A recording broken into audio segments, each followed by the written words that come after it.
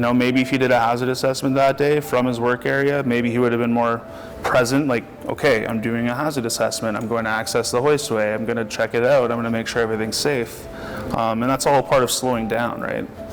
You owe it to your family and your friends and your colleagues to slow down.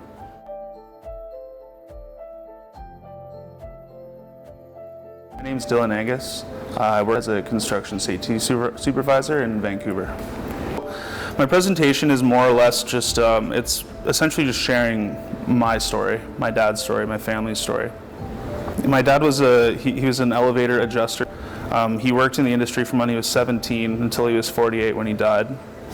And so what happened that day is the short version is he went to access the hoistway. He thought that the car was there. It wasn't there. He didn't do the 6-inch rule. He had his head turned. There was like a loud noise or something down the hallway that distracted him. He had his head turned, and with his head still turned, he just stepped into an empty hoistway. And that's like the top adjuster.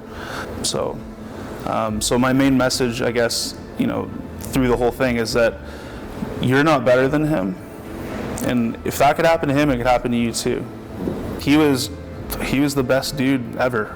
It had a huge impact on my family, and not just my family, like, everyone in the Local 96 in Ottawa, they knew Ross.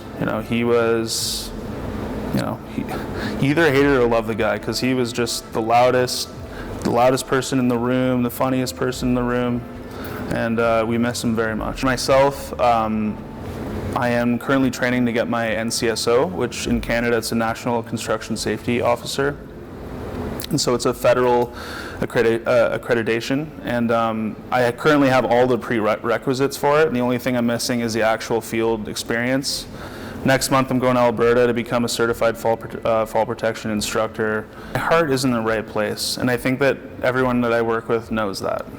In our industry, we have gotten a lot safer. If you look at the industry 20 years ago, I think it's super obvious that we're in a completely different place now, and we're doing a lot better. But we're still having serious injuries every year. We're still having fatalities, and one serious injury, one fatality is way too many.